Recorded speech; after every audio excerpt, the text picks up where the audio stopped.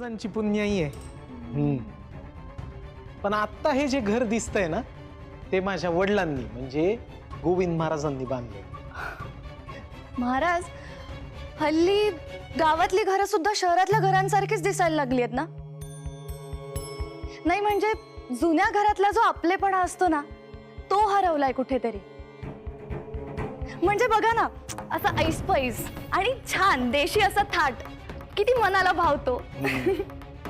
अहो पण श्रीकला तुम्ही इथं का बसलात तिथं? महाराज, आपलं ठरलंय ना हो जाऊ नाही करायचं.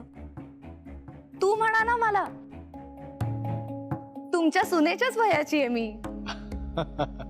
नाही मान्य आहे, पण काय आहे, सवय व्हायला जरा वेळ लागेल. बर तू इथं बस, ये बस, मी चहाचं सांगू दे. नाही नाही, मला चहा नको, आधी इंद्रायणी ताईंना भेटायचंय. तू बस, मी इंद्रायणीला बोलवून आणतो. बर ये. अरे आदोक्षच इकडे. श्रीकला, हा माझा पुतण्या आदोक्षच, इंद्रायणीचा नवरा. हा, आणि आदोक्षच ही श्रीकला. नमस्कार, मी सुद्धा शिक्षिका आहे आणि इंद्रायणी ताईंना भेटायला आले होते.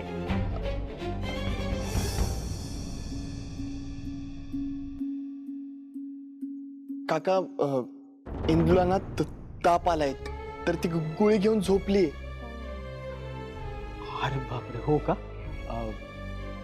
पण ती इंदूलाच भेटायला आली. 2 मिनिटासाठी बोलव ना, बघ ना. तुम्ही म्हणता तर मी बोलवून आणतो तिला. नाही नाही नको, काही हरकत नाही, मी नंतर येते ना भेटायला. चला, या निमित्ताने आपली ओळख तरी झाली.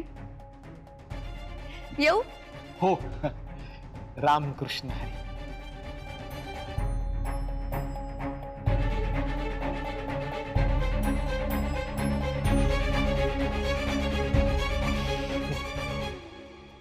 काका, ह्यांना कशासाठी भेटायचं होतं इंदूला? अरे किती गुणी मुलगी आहे बघ ना. शिक्षिका आहे ती. आपल्या गावातल्या शाळेमध्ये शिकवायची इच्छा आहे तिला. त्या संदर्भात भेटायचं होतं इंदू. अदोक्षच, अशी जर तरुण मुलं मुली खेड्याकडे वळायला लागली ना तर या खेड्यांचं चित्र पालटायला वेळ लागणार नाही.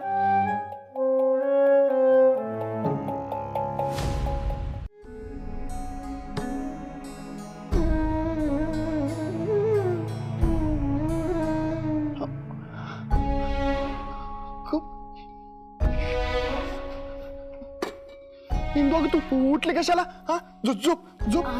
अगं तुझी तब्येत, अगं ताप अजून पण इंदू. तू झोप बरं, तू झोप. अरे मला बरं वाटतंय आता. नक्की?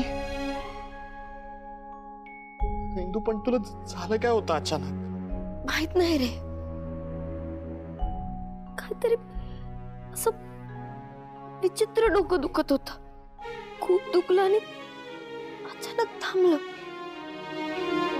पण जीव घेण्यात त्रास होत होता. हो, तुझ्या चेहऱ्यावर दिसतच होत ते.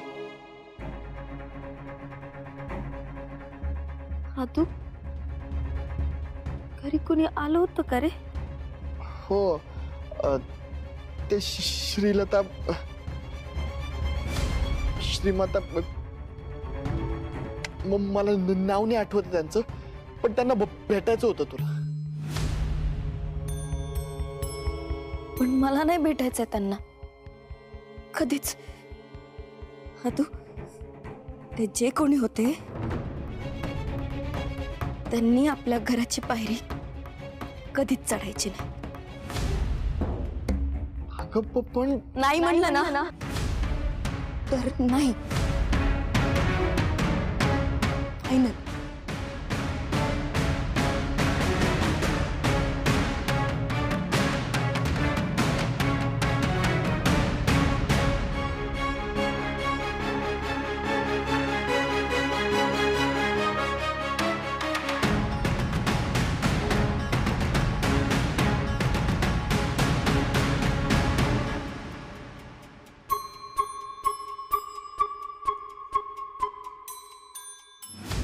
तू दिग्रसकरांचं हे घर अभंग ठेवू शकतेस.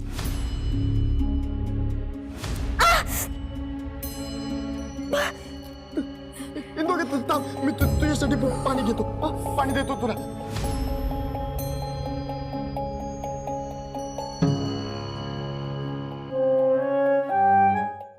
अचानक असं निगेटिव्ह वाईब्स आल्यासारखं का वाटायला लागलंय?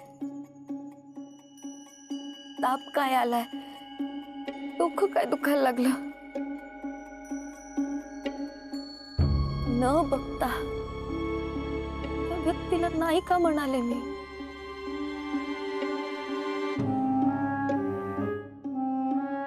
कसले संकेत आहेत विठुराया? गोविंद महाराज सकाळी कोणत्या संकटाबद्दल बोलत होते?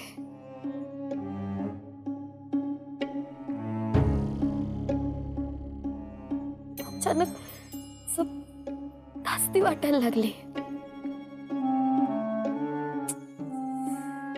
शांत हो इंदू, शांत हो, शांत हो, शांत हो. इंदू, काय ग अशी एकटीच स्वतःशी बोलत काय बसलीस?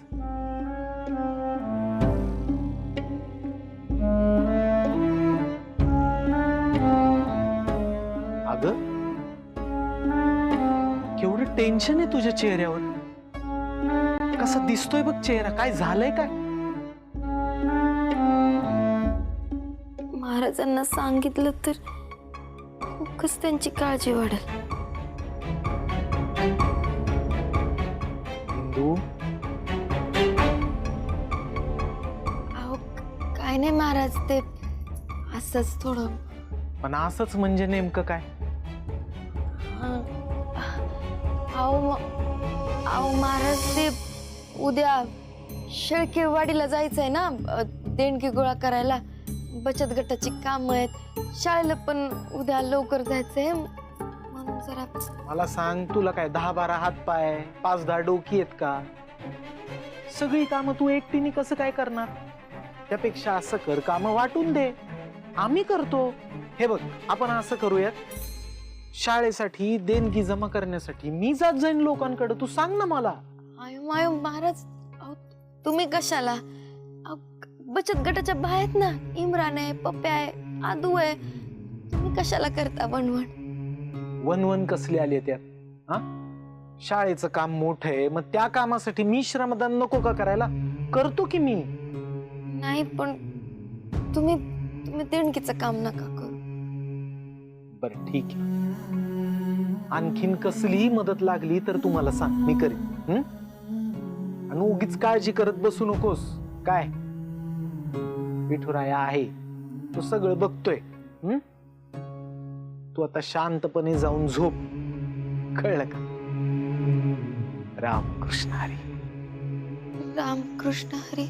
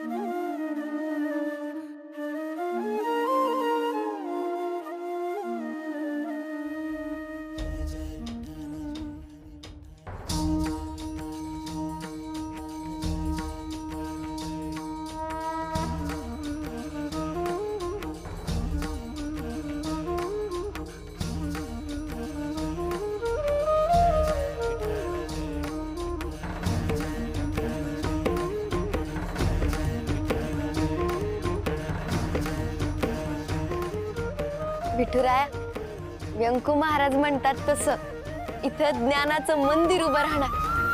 इथे विद्यार्थ्यांना फक्त अक्षर शिकवल्या नाही जाणार, चांगला समाज घडवण्याचाही प्रयत्न केला जाईल. पाठ्यपुस्तकातलं ज्ञान तर मिळेलच, पण सोबत प्रामाणिकपणा, मेहनत, श्रमाची प्रतिष्ठा याची सुद्धा जाणीव करून दिली जाईल. गाणी, खेळ, कला, संस्कार या सगळ्यातून त्यांचा आत्मविश्वास वाढेल असं पाहिलं जाईल. आपलं हे विद्या मंदिर अक्षर, संस्कार आणि संस्कृतीचा मिलाप असेल. आता कितीही अडचणी आल्या ना विठुराया, तरीही मी माग हटणार नाही. गावातल्या प्रत्येक मुलाच्या हातात ज्ञानाचा दिवा देऊन त्यांचं भविष्य उज्ज्वल करणं हेच माझं स्वप्न आहे. आणि तुझ्या या कार्यामध्ये मी पण तुझ्या खांद्याला खांदा लावून तुझ्या सोबत असणार नेहमी. आदू, तू म्हणाला होतास नाही राहुटीचं मंदिर उभारताना, ही मूर्ती आपल्याला कायम बळ देत राहील. खरंय बघ आदू, मी तर म्हणते आपली शाळा सुरू झाली ना की आपण इथेच एक विठुरायाचं छोटस मंदिर उभारू आणि इथंच त्याची एक कायमस्वरूपी स्थापना करू. विठुराया, ज्ञानाच्या प्रकाशाने अंधश्रद्धेचा, अज्ञानाचा अंधार कायमचा दूर हो आणि भीतीचं भूत पळून जाओ. विठुराया, पाठी राखा.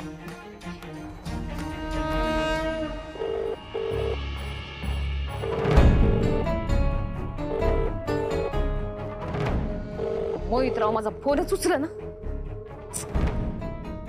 अहो सासूबाई, व्यंकट महाराज तुम्हाला फळणारच नव्हते, आम्हाला माहित होतं ना.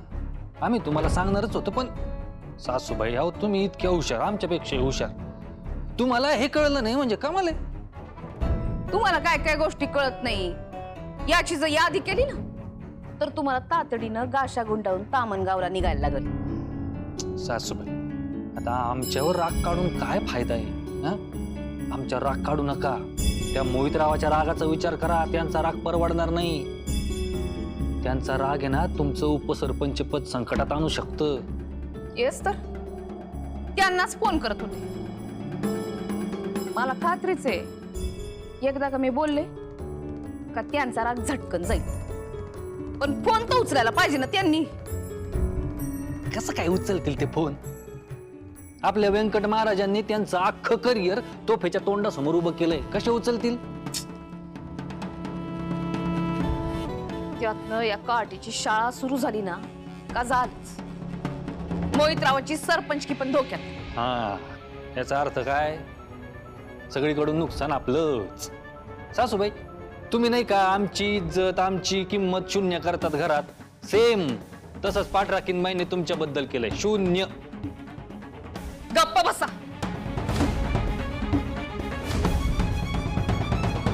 सासूबाई, आम्हाला गप्प करून काय फायदा आहे? परिस्थिती बदलणार आहे का त्याच्यानं?